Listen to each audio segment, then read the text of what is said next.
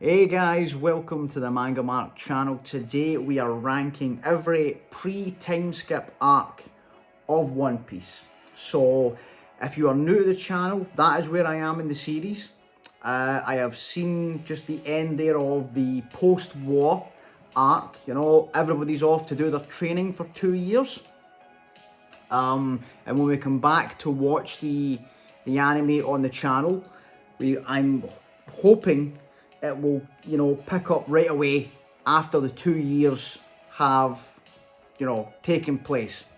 But it's the perfect time to look back on all the arcs we've seen so far, and with full context now, after having seen all these, to go through them, see what ones have, aged well, see what ones might have slipped down because, there's been better arcs that came after it. Let's see. Let's have discussion, guys. Let's have discussion. I'm pretty sure that some of these will have, struck a chord with me that might not have with you, and we can have that discussion.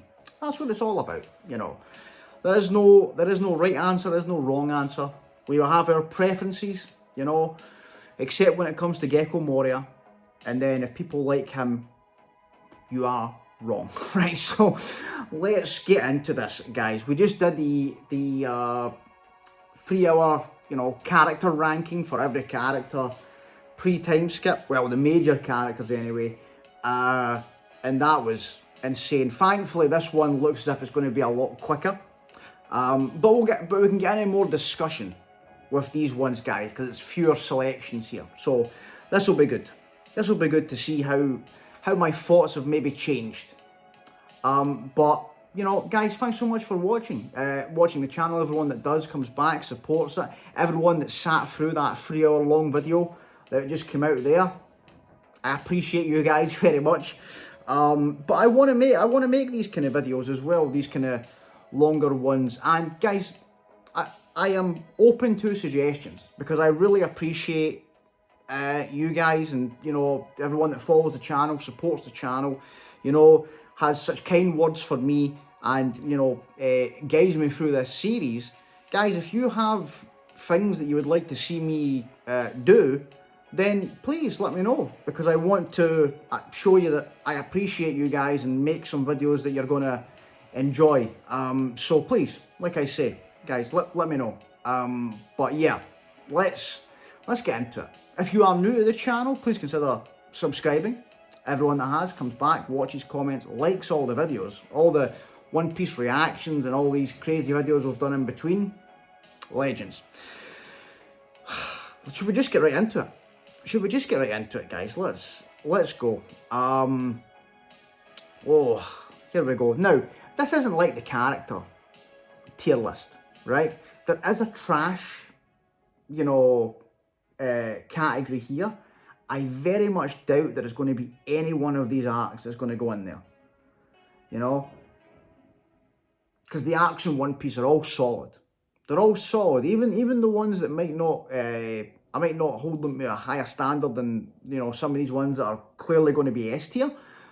But let's see. I highly doubt anything's going in trash. It's not like someone jumps, like when you click on the the character tier list and you see Satori and it just jumps out at you and he's going into trash tier. That's not happening here, right? So let's see though. What we'll do is, as per usual, we'll put them into the sections, and then at the end, I will go through and I will move them depending on, so who's top of S tier, who's top of it, that kind of thing, right? But yeah, let's go. And they're in alphabetical order by the looks of it, right? So we're starting with Alabasta. My God, what I want to start with. Right? Because what I like to do with these kind of tier lists, especially when it's ones like this, is kind of get a kind of base like thought, so I can kind of bounce them off each other. But right away with Alabasta, see, Alabasta is, does it just go straight into S tier? It would just go straight to S tier right away. I feel like we might be. Because my God, what an arc. What an arc. And Alabasta, I feel like it benefits so much from having such a strong build-up. You know? It's kind of similar to Marineford in that way, where it has a couple of like little smaller arcs before it, which kind of makes you feel the importance of Alabasta before we even get there. Yeah, I'm gonna put Alabasta straight into S tier. It was the first kind of epic arc of One Piece, and I think the further I get away from it as well, like I kind of, I know I'm not, you know, you guys have been watching this series for, or reading this series for like 20 odd years. I know I've only been at it for like a year and a half, going on 2 years, but still, I feel that kind of nostalgia for Alabasta. Which is weird, because like the further I get away, like I was saying, I feel like I appreciate it more. Because it was just epic. I loved you know, looking at that picture there, seeing the Straw Hats squaring off against Baroque Works. Still one of my favourite kind of groups that we've had in One Piece. And you know that Crocodile's my favourite villain ever in the series. But like the Alabasta for me was one of the first arcs where every person got a chance to shine. You know, every member of the crew got their moment. Whereas some of the smaller arcs previous, you could kind of, it was much easier to pick like an MVP of the arc, because, you know, it's like when you think of Whiskey Peak, it's like that's Zoro's arc. You know, it's like things like that. And yeah, Alabasta was just, it's epic. It's just epic, right? And obviously, I'm going to play some of these initially, right? They may change, right? So don't, these might not be set in stone. Like once the board here gets filled out a little bit, I might look at it and go, right, maybe move this, maybe move that. But yeah, Amazon Lily. Oh, Amazon Lily's. Oh God, again, this is such a short arc. Such a short arc, but I really enjoyed it. But it was a kind of transition. You know, it's like, it's in between like Sabodi and Impel Down, which were both just a lot more kind of, you know, fast paced, a lot of things happening, a lot of characters. Whereas Amazon Lily was more about kind of getting our bearings. But I loved all the stuff, you know, with Hancock, Luffy. Do you know what? I'm gonna put Amazon Lily in B. I think that's a good place for it, because I can't think of much faults with it. And then all the stuff in the arena was awesome. Yeah. It was hilarious. Some of the stuff, the hilarious stuff too at the start when they were with Luffy with the golden ball. Oh man, that was hilarious. But yeah, like I couldn't justify putting it lower, but I feel like I couldn't justify putting it higher. You know, when I compare it to other arcs. So I think that's a good spot for it. I'm gonna go with that just now. We'll see how we feel. Oh God, Arlong Park and then Baratie. Oh man, these two right next to each other. This is tough. Because these two are without a doubt the two strongest of the East Blue, right? But the crazy thing for me is that the more we get away from the East Blue, like at one point it was Arlong Park was just the best, right? But I love Baratie. I love Baratie, and that was like, Baratie was like the first arc in One Piece where I kind of went, oh, okay, this is the real deal.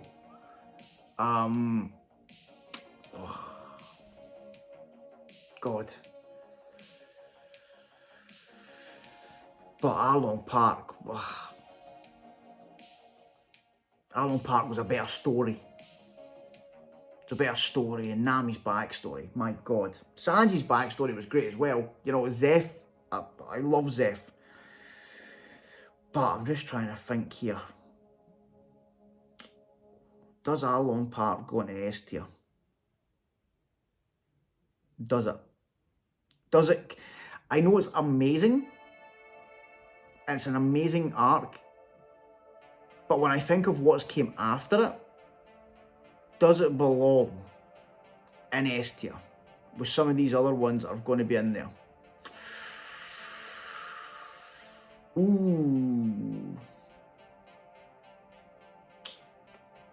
Let's just put it there just now.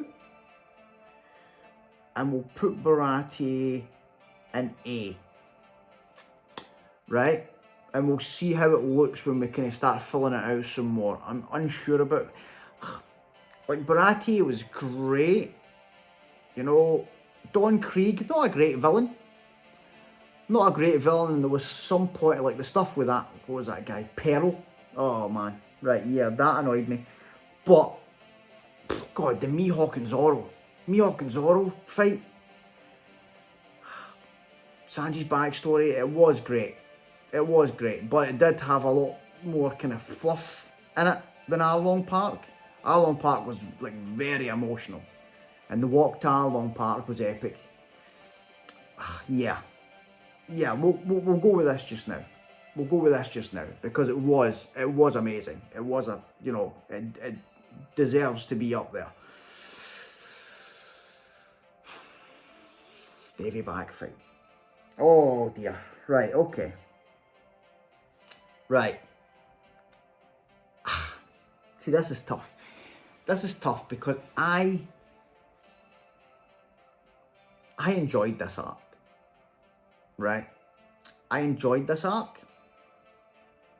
It was just fun. It was a fun little, you know, kind of palate cleanser in between the big serious arcs that we had. But I can understand why people may not like it. And I understand that they mixed filler in with the canon stuff, and that rubbed people the wrong way.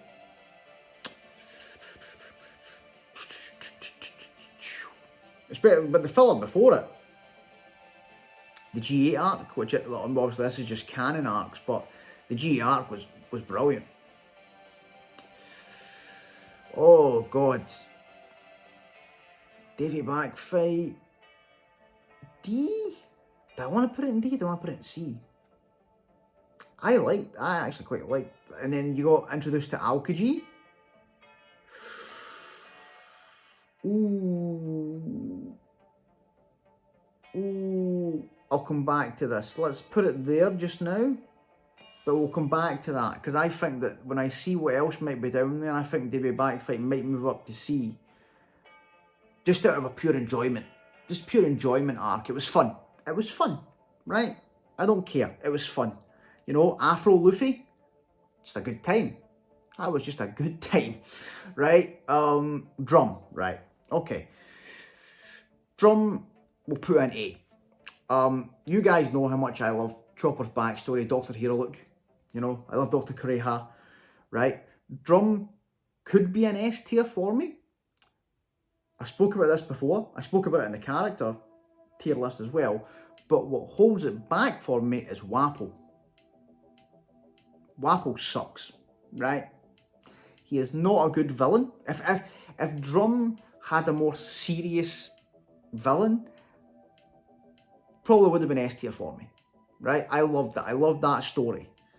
And I loved that it felt like its own kind of self-contained thing, but at the same time it still had ties to what was happening. Because it was a detour that we had to take because of Nami being sick. But then we got introduced to Ace without, you know, like knowing who he was, but he was there to give the message to Luffy. And I believe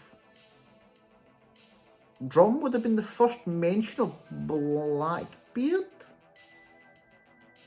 I don't know if he was mentioned before that, but I'm pretty sure that was the first mention of Blackbeard, because that's who Ace was there looking for.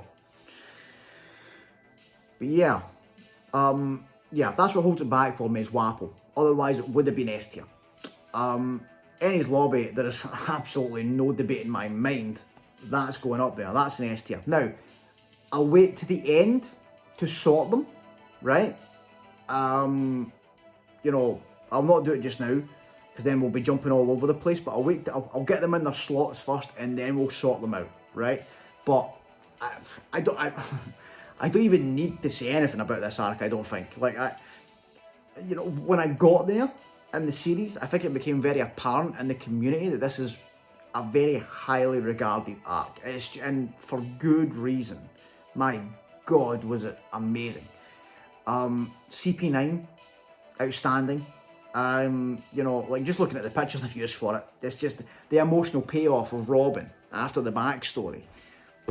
So good. One of the most powerful moments in One Piece. And yeah, like everything, all the stuff that kind of was built up in Water 7, which we will get to. The payoffs all happened in Enies Lobby, and it was just so satisfying. You know, second gear, third gear, just all this stuff kind of going on. And then like Frankie, it was great that at that point Frankie, even though he hadn't officially joined, he felt like part of the crew during Enies Lobby. You know, it was just such a good arc. And that kind of set the standard, you know, and I felt bad for Thriller Bark, which we will get to, but to follow Enies Lobby, you know, I wouldn't wish that on any arc, because it was just, oh my God, it was so good. It just, when you think that One Piece can't get better, when you think it can't get better and you are like fully invested in the story, and then you get the 1-2 combo of Water 7 and Enies Lobby, I mean, come on, it's amazing, absolutely amazing, right? Ooh, Impel Down.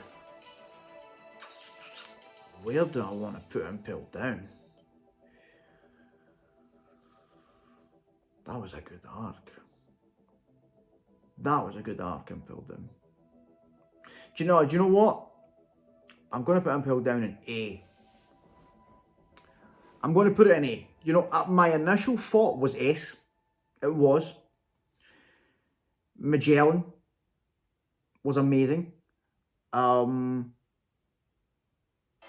obviously all the characters we got introduced to, all the characters that we got reintroduced to, you know, Jinbei coming into it, Ivankov, two people that became some of my favourite characters in the series.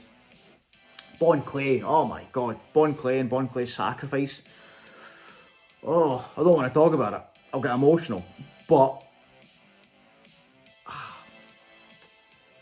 you know, I don't know what it is that doesn't quite... I think it's the... I wasn't a big fan of some of the... What would you call them? Like, Magellan is amazing. Like, the big bad was unbelievable, right? Magellan was great. But the... Oh God, the things that kept popping up, what were they? The big... the ones that had, like, the awakened zone for us, which was strange. Like, those things, that was, you know, they got annoying. And then, you know, some of the jailers that kept popping up, I was like, right, okay. But it's nitpick things that kind of hold it back for me. But other than that, it was amazing. You know, so many great characters, so many great moments in it. But I don't know. I just... it's a catch-22 kind of thing, because you know I love One Piece when it's funny, when it's goofy, and you know you have a great laugh. Like all the stuff that happened in Amazon Lily, and I was praising it for things like that and a lot of the humour. But there's times when I want it to be serious, and I felt like Impel Down was a very serious arc because of the stakes. But then these goofy zone jailers and then all the the things that were there kind of threw it off for me. But then at the same time I was like, oh my god, like Luffy teaming up with Crocodile and Jinbei and you know breaking out of here. So it's, and then like obviously like the moments with like Ivankov meeting Luffy and finding out that he's the son of Dragon, all that stuff, the tension with Garp going to visit Ace, you know, it was all, you know, Blackbeard showing up. So many amazing moments. But yeah, I'm gonna put it in A just now. Right, we'll put it in A. Oh, Jaya. Oh, Jaya. God, I love Jaya so much. I love Jaya so much. It is a setup arc. It is a setup arc.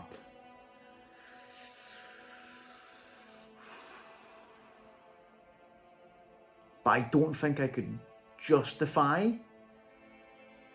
putting it in S tier. You know, I think that would just be too much. But you know what? I don't care. I'm putting it in A. I'm putting Jaya in A. I love Jaya. You know, I love the Bellamy. I thought was a great villain. You know, all the stuff with Bellamy, the moment with Zoro and Luffy in the bar was great. You know, trying to imitate Shanks, and then that meeting with Blackbeard. My God, yeah, that was a moment that we can look back on now and go, okay, that was a big time there. But yeah, Jaya was great. It was short, sweet. You know, maybe some of the stuff in the jungle dragged it a little bit when they were looking for the Southbird, was it? You know, but you know, I loved cricket, and maybe some of the stuff with the monkeys, even though I liked them, but it was kind of like, oh, I feel like I'm talking myself out of it a little bit now. Do I want to move it down to B? No, I'm going to keep it in A just now. I really did love Jaya, so I'll keep it there just now. Little Garden. Ooh. I'm gonna put Little Garden in C. Little Garden. Oh, I don't know. It's strange, Little Garden for me. It just, I feel like it's one of the most forgettable arcs in the Grand Line. You know, I love Dory and Brogy. And I love the kind of attachment that Usopp had with them. But storyline wise, you know, there wasn't much there. And I, you know what? I enjoy that in its own way. I enjoy them just going to an island and just being like, whoa, what's this? Dinosaurs? It was fun. It was fun. But when you think of like how heavy and story, you know, driven in the world building that we got with all these other arcs, you know, I think that that's a good place for it. You know, it was okay. But I can't think of, do you know what we were like when I've been to all these big arcs and we've had all these great moments, I can't, like, all I can really remember from Little Garden is like Dory and Brogy. You know? Nothing else kind of sticks with me. Oh, well, actually, no, the Zoro going to chop his own legs off. That was cool. That was a great moment. Right, yeah, in fact, we got the Sanji doing, like, that's when he first spoke to Crocodile and, like, called himself Mr. Prince. That was good. right? But like Mr. Free, I don't think like you can appreciate Mr. Free in this arc, you know. And the Miss Golden Week stuff is weird. That's just a the fact that that's not a devil fruit, that's strange, right? But you know, I don't think you fully appreciate Mr. Free until Impel Down, right?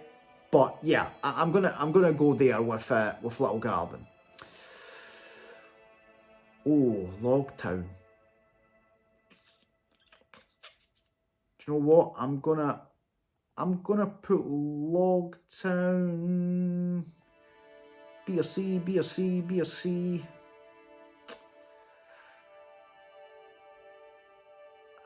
I'm gonna put it in C just now. I know that there was. See, this is a tough thing with the anime because I know they mixed filler in. You guys can have told me about that. But, oh God, Logtown was good. You know, the last stop before the Grand Line. Introduction of Smoker. Introduction of Dragon. Oh, I'm kind of talking to myself. You know, Zoro getting his swords. Oh, yeah. Let's put it up to B. It was good. It was good. It was short and sweet. But, you know, the stuff with, you know, finding out more about Roger. I think you don't appreciate that as much when you kind of get further in and you find out more about Roger. You know, but at that time, you know, you're so hungry for Roger information, where you're like, yes, come on, tell me about this here. And I know I don't know. See, this is a tough thing, right? This is what hurts arcs for me is when they mix filler in with canon, and then you know people will tell me certain things are because I know that certain things were like Smoker when he was a young boy that wasn't in the manga. You know, with like that scene when he saw Roger getting executed. So, I don't know, but still, it was an enjoyable arc. It was one of those ones, same as Amazon Lily, short and sweet, and, you know, kind of like a setup for what was to come. Oh God, Marineford. Get it up there. Get it up there, right? God, there's no question. There is no question. I think the debate is going to be where it's going to fit in this lineup here. But my God, Marineford was just all killer, no filler. All killer, no filler in Marineford. It was just, and I don't mean that as a pun. I've just made myself sad because we lost some amazing characters in Marineford. But my God, the stakes have never felt higher. The stakes have never felt higher. The amount of characters we got introduced to, they were all badasses, you know, all the warlords being there, all the admirals being there, you know, Luffy being thrown into this craziness, and then obviously Whitebeard that bloody, you know, just jumped up there into one of my top characters. Amazing. And like the emotions, oh my God. The emotions, guys, of Ace. Oh, so good. And like what Whitebeard's death as well. Like that, you know, you go from like the emotional devastation of Ace's, where you're like I lost the ability to speak during that video when we were watching that. But to go from that to like Whitebeard's, where it was just one of the most epic deaths I've seen in anime. Just what a way to go out. To just cement the guy as just an absolute legend. But yeah, like Marineford was just insane. It felt like every episode, it was just, you know, twists and turns, and you know, it got to the point where I was fearing for everybody, you know, like my favourite characters were dropping like flies, and I was just like, oh my God, please let Jinbei get out of here. Let him be free from this torment here. But yeah, guys, like there was no doubt. I think you look at those two side by side, Enies Lobby and Marineford, and those were the two that, you know, like I can't see anybody not putting those two in S tier. I'm sure now that I've said that, someone's going to jump into the comments and say, nah, not for me. Those arcs aren't for me. But I just, like, the quality was so high that it cannot be anything below S tier. I don't think there should be a question about it.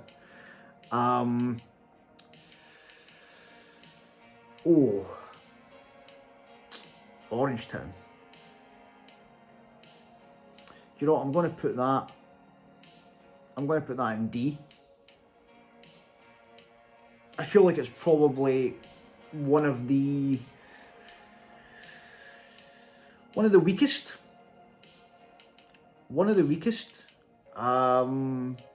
arcs. And it's the same again, it's the same as like Mr. Free. Like Buggy, I don't feel like Buggy can be fully appreciated until Impel Down. You know, because that is when, you know, you get to really enjoy his character. You know, when he's not with his crew, when he's thrown into this crazy situation along with like Luffy and all these other characters, and you get to fully enjoy his character and like the craziness that ensued with him trying to keep up this charade of being this big shot. But yeah, like Orange Town. I feel like Orange Town was good for what it did, where it was like to kind of build the bond between Luffy, Zoro, and Nami, right? And it achieved that. But it cannot hold up compared to any of these other arcs. I don't feel. Not a chance, right? Post Enies Lobby, right? This is such a weird arc to rank because it's so short. It's so short. I hate the fact that this is just part of Enies Lobby.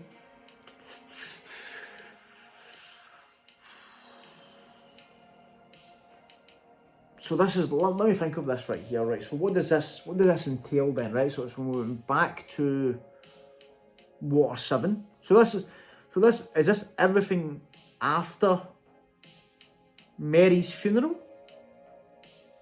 I didn't even talk about Mary's funeral. My God, oh man. I don't want to talk about it. I don't want to talk about it, right? Oh my God, that devastated me, right? But I'm guessing this is everything like after we went back to Water 7 then. So, like all this stuff with Garp showing up, you know, finding out about Luffy's family, Frankie, you know, building the Sunny, getting the Sunny, Frankie joining the crew, and then like Usopp rejoining the crew, having the big party. You know, Aokiji coming and, you know, giving Robin his blessing kind of thing. And then the departure. God. Where would I put it? It's tough to compare it to, because we've got the post-war after this as well. It's really tough to rank these ones. Right, okay, you know what? I'm gonna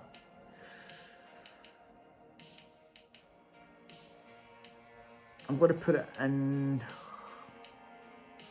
it's A or B. I'm gonna put it in A. No, not B. I don't know why I debated that there, because it was all good stuff. It was all good stuff, but I don't think it was great world building. You know, oh, in fact, we got our bounties as well. You know, all that was good. And then did we have? So does that include? Oh, wait a minute. Does that include the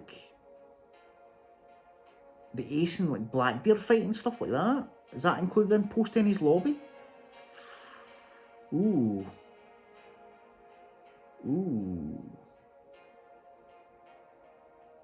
No, right, okay, we'll go with A just now, because it was really short. And I don't think it can, you know, I wouldn't feel right putting it in the S tier with some of these other ones. We'll go with A just now. Post-war. Oh God, post-war.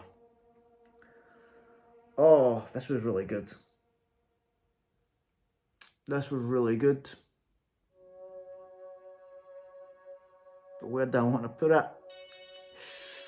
Oh, this is a really tough one for me. I think I've said that about just about every arc. Oh, this is tough. This is tough. Some of them were no-brainers, you know. Ennie's Lobby, Marineford, you know, bang. And I knew exactly where they were going. But post-war, God. So all the stuff, all the flashback basically, and then all the stuff, basically everything I just watched. Everything I just watched there.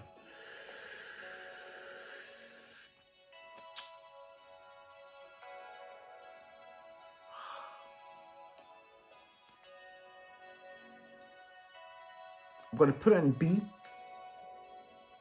Right? Now hear me out. Hear me out. Right? Guys, I know people love this arc, and I love it, right? But what I loved about it was the flashback, right? When the flashback ended, or like in between, the jumping between the Straw Hats and where they were, and it, you know,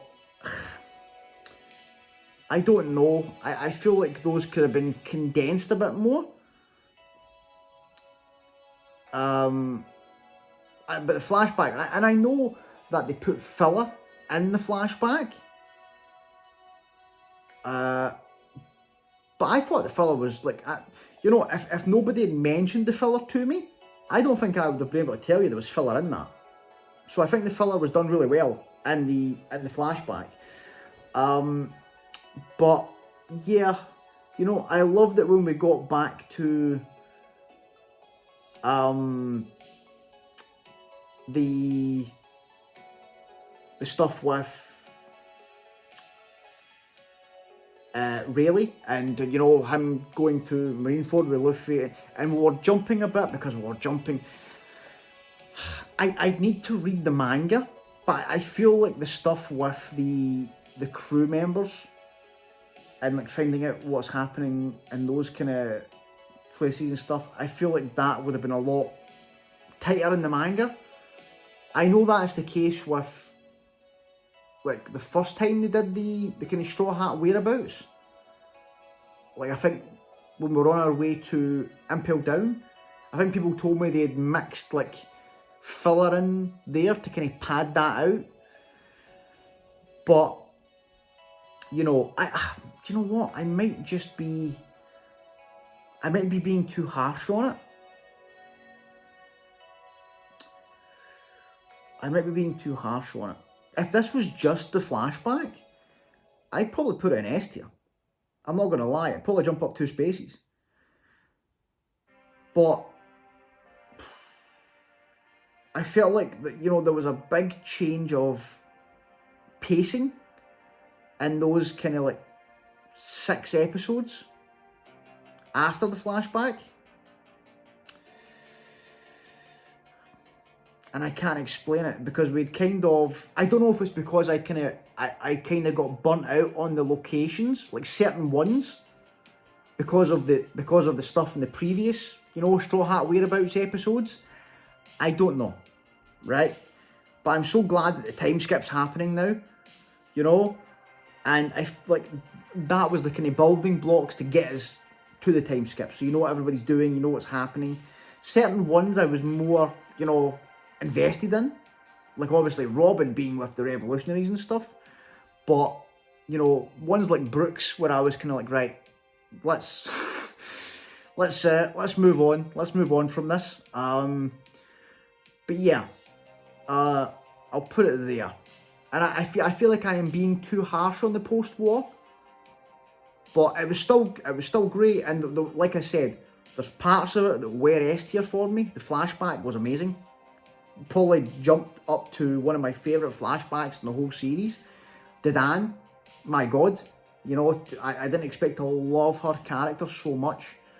But yeah, we'll go there just now. Reverse Mountain. Ooh. Oh God.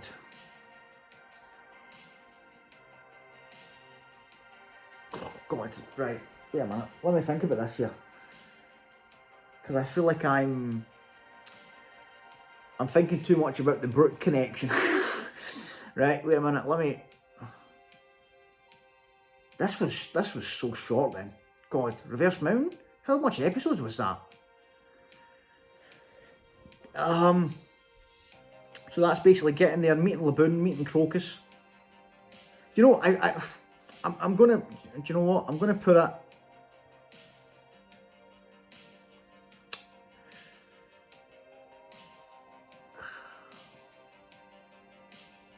I'm gonna put it in D. I'm gonna move Davy back, fight up. I know people are gonna be thinking, oh my God, what's he doing? But you know what? I'm gonna put that in D just now because I'm thinking about it from the perspective of then, you know, and when I was watching it. But the thing about Reverse Mountain, no, you know what? I'm gonna move it up. I feel like Reverse Mountain, you appreciate it more now that you have a lot more context. I feel like it would have been D, because, you know, like, it was a nice little arc to basically get us into the Grand Line and to be like, right, here's how the Grand Line works. And then these crazy people like, was it Mr. Nine and VV and her, you know, Broke Works, alter ego. Let's introduce you to them and then we'll flow on with the story. Right? But it was kind of, you know, and the story between Laboon and the pirate crew, I never expected that to be resolved, especially so long after it was. But now that we know the information about Brooke, now that we know about Crocus being a member of Roger's crew, I feel like you kind of look back on it now and it holds more importance. So we'll put it in C, right? We'll go there. But I can't put it any higher because it was so short. And, you know, it was very much a, right, we're here, let's go, kind of arc. Romance Dawn. Oh, Romance Dawn.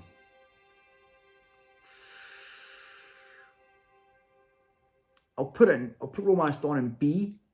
I was debating between B and C, but it was the first arc, right? It was the first arc. But what I'm going to give it credit for is it was solid. It was solid. It was such a solid start to a series.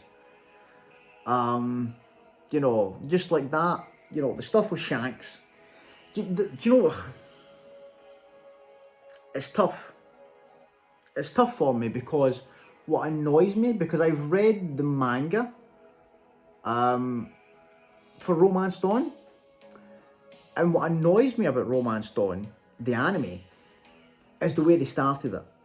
You know, the Shanks stuff, like the Luffy backstory, isn't until like episode 4, 5? I don't remember, but it's after, like, I think it's after we get Zoro. I'm sure. Yeah, it is, because it's like Zoro, like the hat goes up in the air, and Zoro and Luffy are trying to catch the hat, and then we go into the flashback. Yes, right, okay. So it's between like getting Zoro and Orange Town that they put the flashback. Such a strange, like, I think I can understand why they did it. Because they want, like the first episode, they just wanted to introduce you to as much characters as possible, probably, and give you a chance to get to know like current Luffy. But my God, the first chapter is amazing. It's amazing, and to have like that would have been such a strong first episode. I feel like they really missed an opportunity with that. But yeah, I think B is a good spot for it because it is short. It's short and sweet. It makes you love Luffy right away. It makes you love Zoro right away. You know, it kind of gives you, it very much endears you to Shanks, and it sets up the world well. It does what an opening arc should do, and I'm happy with that. You know, I feel like it's good there. Subodhi, another one, no question, absolutely no question. Straight up in S tier. My God, what a good arc! What a good arc! It's just it's amazing. It's so damn good. It's so fast paced. You know, there's so much happening, and it was just, my God, it felt like a turning point. It felt like a turning point, and it was kind of the start of this crazy saga that, you know, leading up to Marineford. My God, it was so great. So many, being introduced to the supernovas. The fact that the supernovas were like a last minute addition by Oda is insane. Because, oh my God, such amazing characters. The designs, the devil fruits, like everything was great about them. I loved that. I love the thing of like Shaki, you know, breaking down each one and telling you the bounty, and then you got jump to them and where they were on the island. Amazing, right? Introduction of the celestial dragons and that kind of dark side of the One Piece world. Great, you know, and then what eventually happened with Luffy cracking that celestial dragon. Oh my God, one of the best moments in One Piece. Subodhi was amazing, you know. Kizaru, everything that happened, you know. Rayleigh, my God, like I was so invested. Like those couple of episodes when like Rayleigh was introduced, and then up until the kind of like us being in the bar, and just that's one of my favourite episodes of One Piece to this day. It's just a full episode in the bar with Rayleigh, and Rayleigh just talking to us. It was so damn good, so good. Yeah, Subodhi was great, and like I said, it felt like a turning point. Well, I felt like the turning point was actually like the end of Filler Bark when Kuma showed up. You know, from there to just now, where we are has just been insane. The standard has been so high. It's crazy.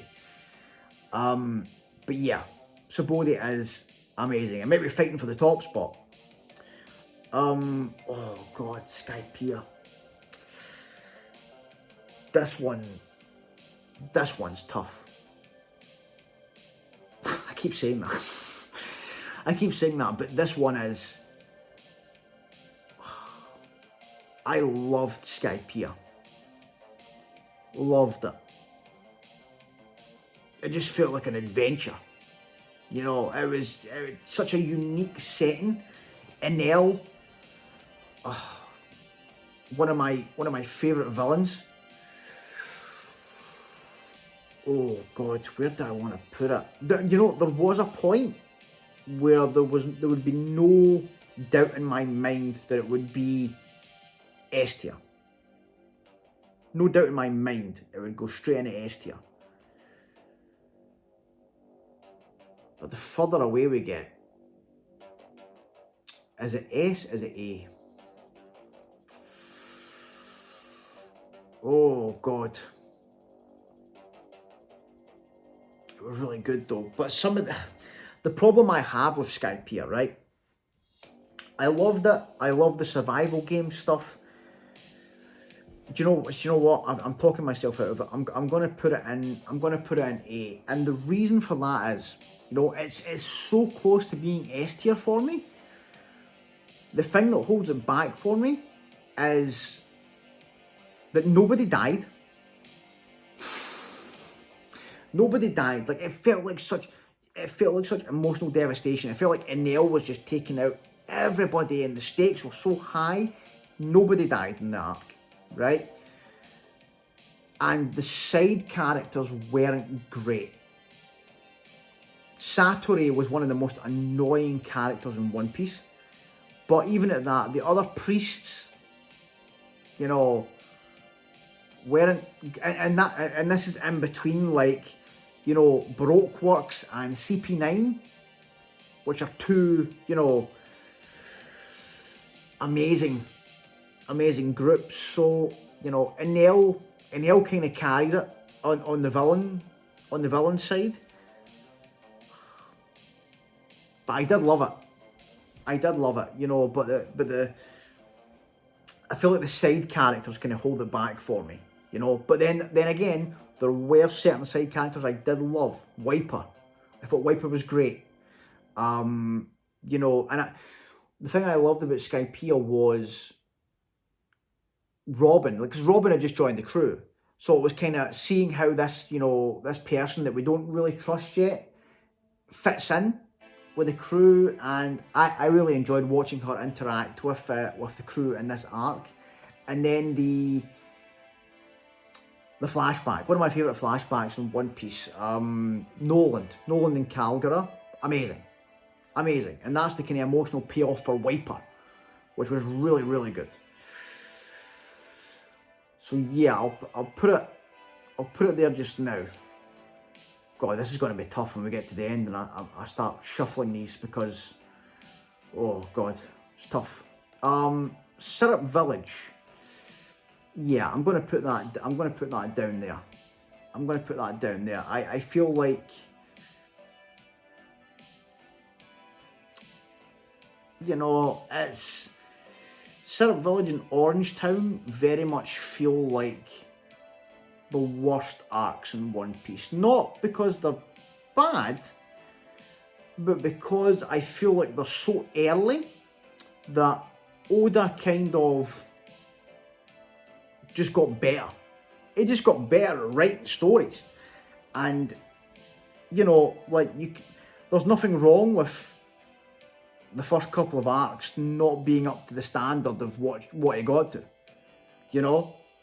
They're not, you know, they're not rubbish, but I just feel like they're very much, you know, like they do what they're meant to do, which is set up these characters, you know, which I'm saying, like Orangetown's meant to be the kind of, right, let's see these three gelling together.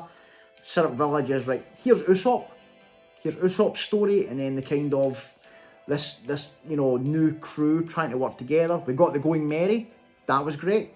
Got the Going Merry. I liked Kuro as a villain. Not a fan of the, you know, the cats. But I liked Kuro.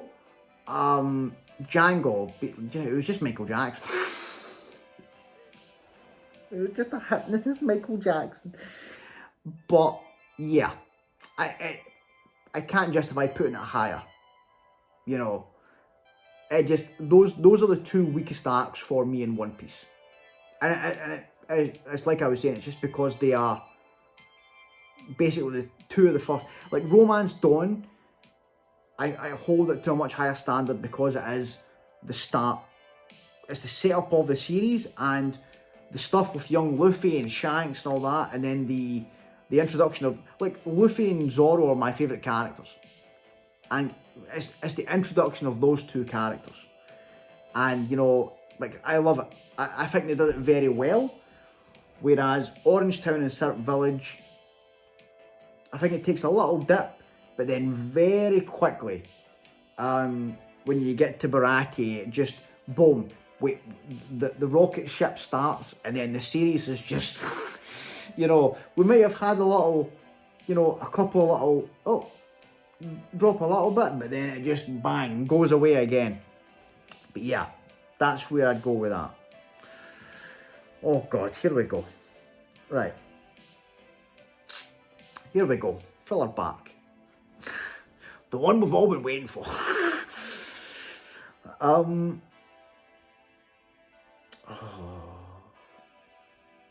God, it's such a strange arc. Do you know what? I'm gonna put it in C. I'm gonna put it in C. Guys, like, I know we joke about it, right? But you guys know I'm not a big fan of Moria, right? But I will say this: Moria actually fits very well in this arc as a villain, right? This is a setting where he thrives, right? Because it is very much meant to be like a, you know, old school horror movie trope island.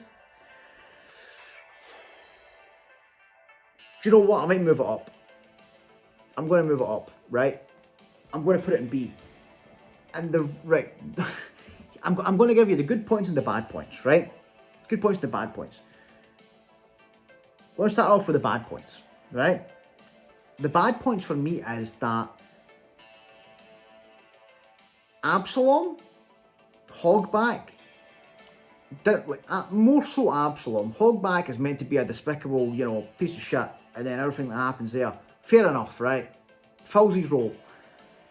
Absalom is one of the worst characters ever introduced in One Piece, right? I cannot believe that he's actually in this series, right?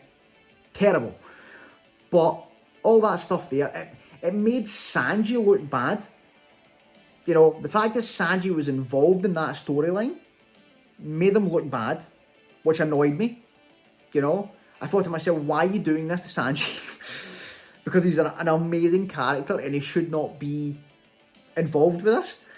That is annoying, and I feel like it dragged. It dragged in the midsection of it, right? There's this middle point of filler bark where you get to the point where you're just like, right, let's move on. Let's move on. It's time to go now. And I think looking back on it now, it's got such an unfortunate placement of being in between Enies Lobby and Sabaody. Two undoubtedly S-tier arcs, and then that's there. Right? It dragged. The side characters were god awful. And it just, I get that it was meant to be a kind of more, I don't want to say laid back because it's, like what we're going to talk about next, but I don't know, like it felt like a diversion, from where we were. And I get that's, like I was talking about the Davy Back fight before and how much I enjoyed that. You like to have that little kind of, let's have some fun in between the more heavier kind of stuff. But the problem with Filler Bark was that it wasn't, like Davy Back was a short kind of like, right, let's have a little bit of fun then get into the other stuff.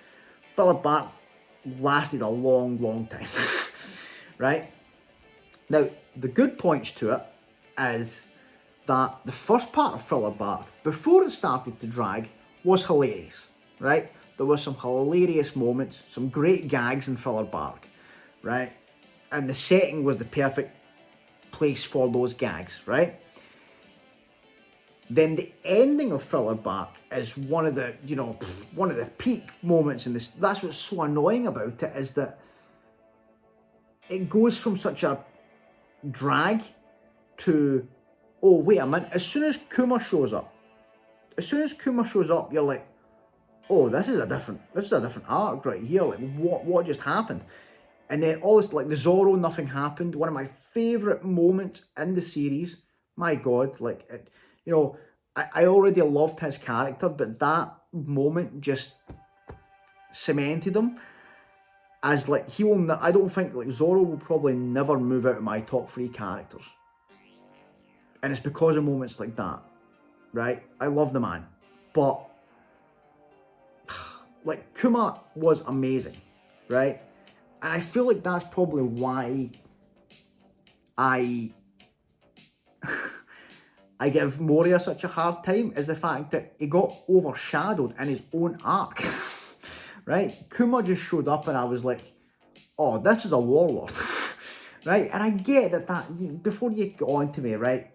I know that that's meant to be the point of Moria's character, is that, he lost his crew and he became this, lazy, blah, blah, relied on his devil fruit, and that's meant to be the point of him.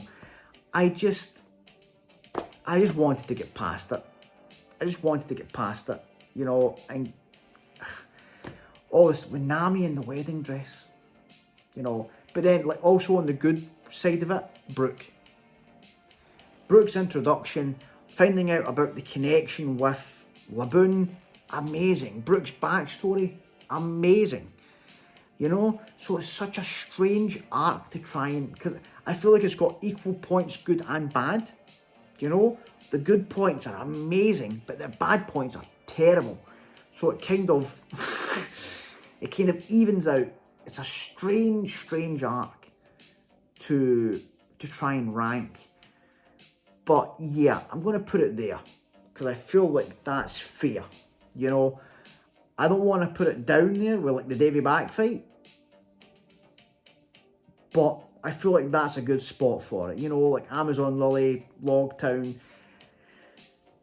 I'm happy with that. I'm happy putting it there, and then we'll sort them out at the end here, right? But yeah, I'm not going to get more into Filler Back, you know, because I feel like I could do a video just talking about that, and it's just there's so many ups and downs about it, you know. I don't know. Like I love the stuff with Oars and the. Well, let me clarify. I love the stuff where the Straw Hats had to all team up to take on Oars. But then even that I felt like just dragged. Where I'm like, right, let's move on from this.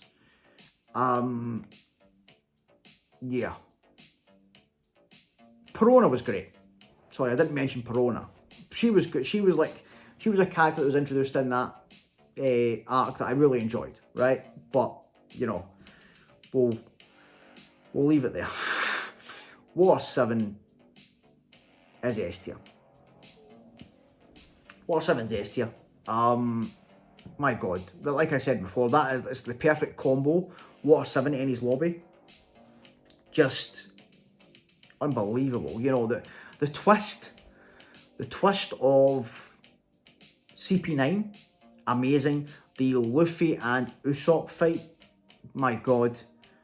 You know, so many emotional moments. The Frankie flashback, so much good stuff. So much good stuff. Probably one of my favourite settings as well.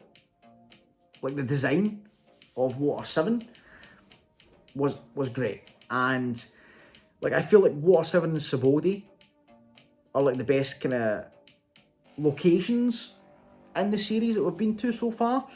But yeah, Water 7 was so good, especially coming away from like the Davy Back fight and then going into Water 7 where it was kind of like, you know, getting introduced to Aokiji at the end of the Davy Back fight and things, you could feel it taking a more serious turn. And then when we got into Water 7, it was just, oh my God, it's got me. I'm gripped, you know. And then obviously all the stuff with the Mary, you know, all the setup there and like looking. It was like the first time in the series where we went into an arc actively looking for a crew member. And I loved that because it began the speculation of, oh, who's this going to be? Obviously, it turned out to be Frankie, which I was not expecting. But the beauty of it is that you start off hating him, and then you get to the point where you're like, oh, he must join the crew. He has got to join the crew. But yeah, all that stuff too with the Frankie house, you know, with the stuff that happened with Usopp and then the rest of the crew getting in. Great. Water 7 was fantastic. I'm really going to have a tough time picking my favourites out of this top tier. Oh, it's going to be tough. But let's put the last one on there first before we start doing that. Whiskey Peak. Ooh. Where would Whiskey Peak fit in here? Do you know, I'm going to put Whiskey Peak in C.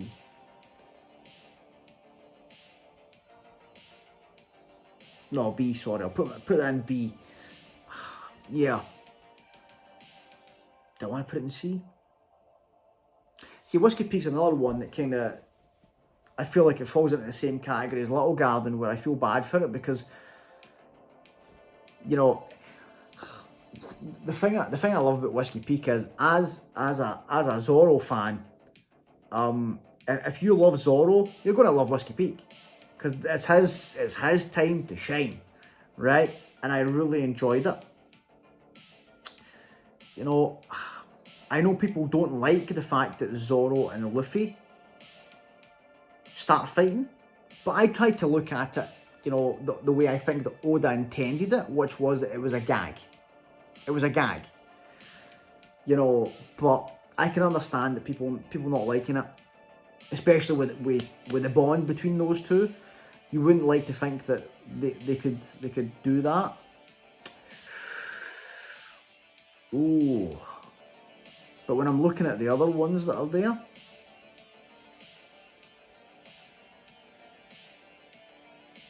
yeah, I'm gonna leave it there. I'm gonna leave it there. I don't want to put it down to C. I enjoyed it. It's, like I said, it's short and sweet. It's short and sweet. You know, you get the kind of setup and the build up of Baroque Works.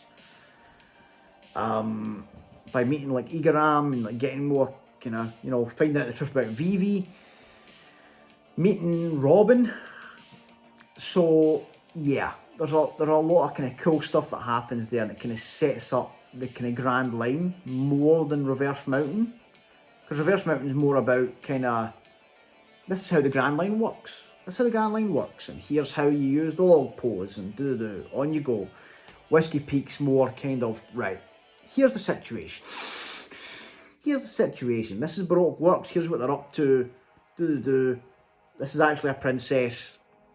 Let's go. Alabasta. But yeah, it gave Zorro that moment to just be a badass. And I'm always for that. You know, if you give Zorro a chance to shine, I'm going to enjoy it. I'm going to enjoy it. Right. Ooh. Now we come to the sorting. What I'll do is I'll start at D. Like, as I thought, there's no arcs that are in trash, right? There's no arcs I would call trash in One Piece. We'll start from the bottom, we'll work our way up. We'll sort them out. I feel like Syrup Village is probably better. I'd say Orange Town is the weakest arc in One Piece. And I know people love Buggy, right? I know people love Buggy, but I think you can agree with me here. Come on. It's like, I don't think Buggy becomes like real, like, you know, Buggy until we get into the Grand Line stuff. So this is too early. I love the fact that we got the Buggy Shanks connection, but we didn't really get into that until kind of further down the line as well. So yeah, because I like Kuro, so we'll go with that there, right? We'll keep Little Garden at the top there. I'd put Reverse Mountain above the Davy Back fight, right? Davy Back fight at the bottom of C. You know, I know a lot of people would put it in D or even trash. I get that. I had a good time. With the Davy Back fight, right? So it was fun. Yeah, I'm happy with that with these two. Obviously, very short for Reverse Mountain, but you appreciate it a lot more now when you find out about all the stuff. You know, Laboon Brook and Crocus.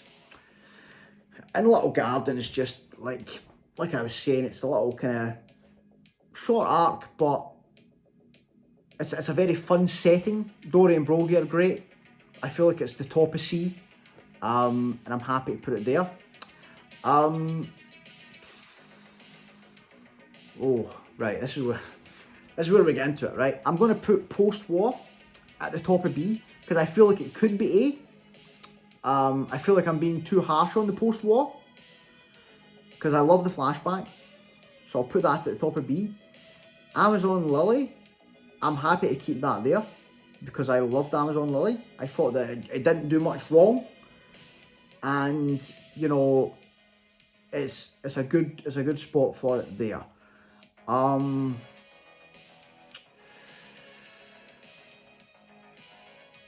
Logtown, these four, right? Okay. I'll put I'm happy with Whiskey Peak at the bottom of B. I'll put Thriller Bark above, do you know what? I'll put it above Logtown. I'm happy with that order there, right? I'm happy with that. I'll put it above Logtown and above Romance Dawn because I feel like I was saying before, the highs of Thriller Bark are so damn high. So I'd feel bad putting it below those. But I really enjoyed Amazon Lily. You know, like it was just a good time. So I don't want to put it above that. So that's there. Logtown, you know, I feel like it deserves to be above Romance Dawn and Whiskey Peak.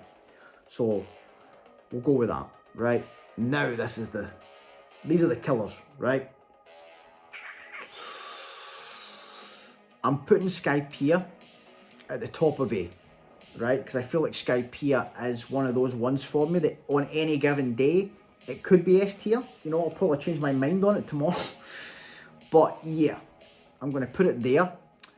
Baratie, okay, when I look at some of these other ones, it's tough. I'm going to put Jaya probably at the bottom of A. I feel like it might not be on a lot of other people's, like high up on the list, but I love Jaya. So I'm gonna go with that there.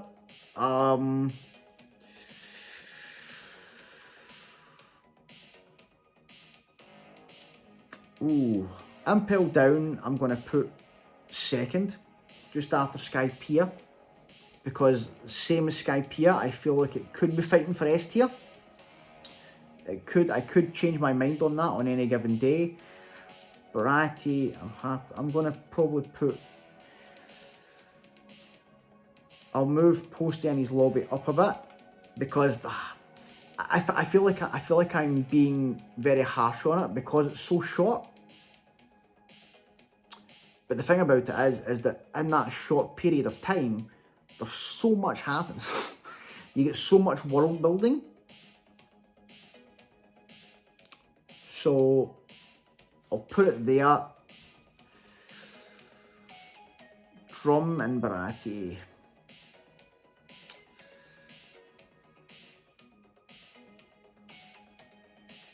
Do you know what? I'm gonna keep that there. I was gonna put Drum above Baratie, but you know, I really don't like Wapple. I really don't like Wapple, guys. So I'm happy to keep that there. God, I feel bad for Drum. See, when I look at this here, I'm happy with how this is kind of worked out here, but I want to put Drum higher, but then I feel like I'd be kind of lying to myself. Yeah, we'll keep it there. We'll keep it there, right? Now, here we go. Here we go. This is going to be tough. Right away, right? I can tell by looking at these, and it saddens me, but Arlong Park is going to the bottom of S tier. I think it still does enough to be in S tier, because it is, you know, the standout early arc, but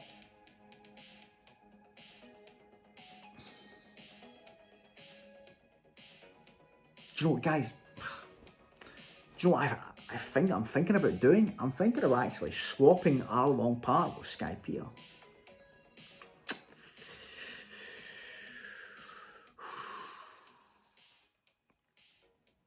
Do I want to do it? Do I want to pull the trigger?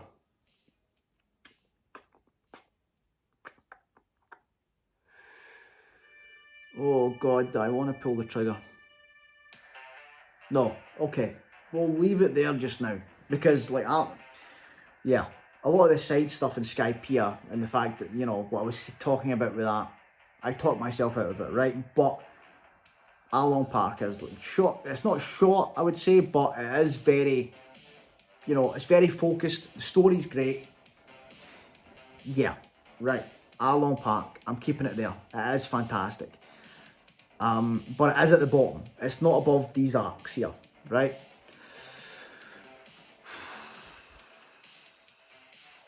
Right, let's move things. Let's shuffle. Right. Let's see how this kind of lies with me here.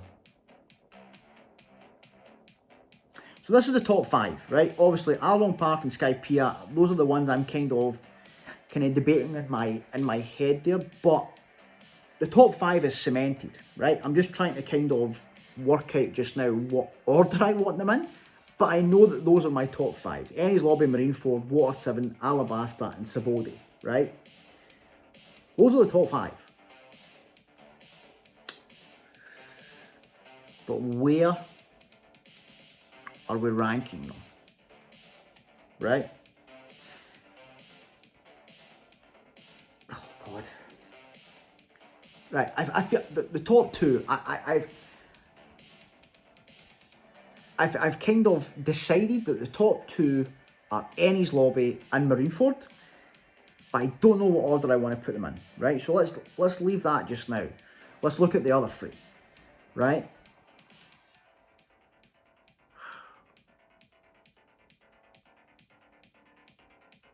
God, 3 amazing arcs. 3 amazing arcs. And I'd feel bad putting any of them at the bottom. But I'm probably gonna put Alabasta at 5. And it pains me. It pains me to do so. But God, these arcs here, these 4. The series just gets better and better, and it's, oh, yeah, I'm gonna, God, Alabasta was amazing. Alabasta was amazing. I hated Mr. 4 and Miss Merry Christmas though. And I know I can't justify like an arc like on just 2 characters, right? But Sabodi, do you know what? Yeah, I'm putting Sabodi in 3rd place. It was that good. And I didn't think Water 7 for me, I thought would have been always up there in the top 3. You know, I felt like it was such a good combination with Enies Lobby. But my God, was Sabodi good. It was so damn good.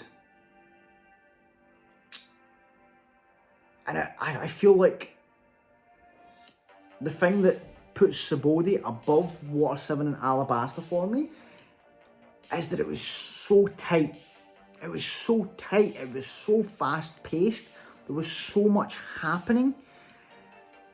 And there was so many amazing characters that were introduced. You know?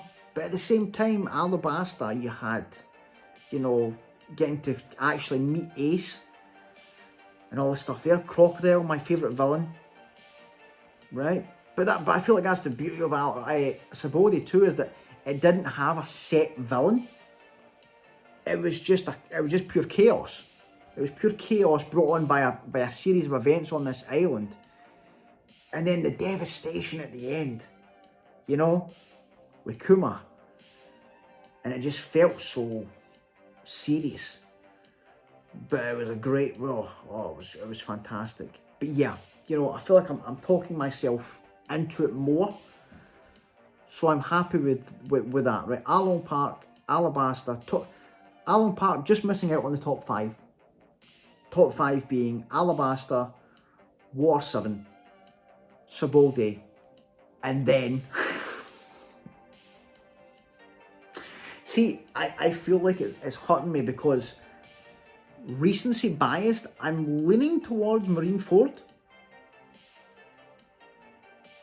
because of what just happened, because it's so fresh in my mind, and it was amazing.